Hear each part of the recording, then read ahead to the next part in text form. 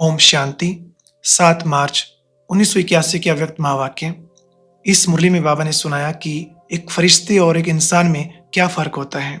बाबा ने कहा, देही अभिमानी बनना अर्थात फरिश्ता बनना और देह अभिमान में आना अर्थात मानव बनना। तो सदैव सवेरे उठते ही अपने फरिश्ते स्वरूप की स्मृति में रहो, फिर सारा दिन खुशी में नाचते रहेंगे। अगर फरिश्ता समान स्थिति बन जाए तो दिन रात 24 घंटे ही मन से डांस करते रहेंगे। और अगर फिर भी कोई बोझ आ जाता है तो वह बाप को देकर आप हल्के हो जाओ। बाबा ने कहा, सदा अपने को लाइट हाउस माइट हाउस समझते हो ना, क्योंकि जहां लाइट होती है वहां कोई भी पाप कर्म नहीं हो सकता। ऐसे ही सदा लाइट हाउस रहेंगे तो माया कभी कोई पाप कर्म नहीं कराएगी और तुम सदा के लिए पुण्य आत्मा बन जाएंगे।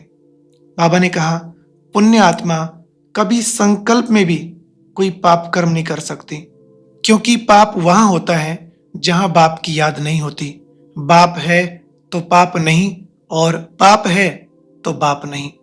तो अपने से पूछो, सदा कौन रहता है? जब पुण्य आत्मा के बच्चे बन ही गए फिर पाप तो खत्म हो जाना चाहिए ना। बाबा ने कहा, आज से ही दृढ़ संकल्प करो, मैं पुण्य आत्मा हूं। पाप मेरे सामने आ भी नहीं सकता, क्योंकि मेरे साथ बाप है। आज की अव्यक्त मुरली सुनने के लिए ऊपर दिए गए बॉक्स पर क्लिक करें। अगर बॉक्स दिखाई नहीं दे रहा है तो ऊपर जो कॉर्नर में शो लिखा हुआ है उस पर क्लिक करें।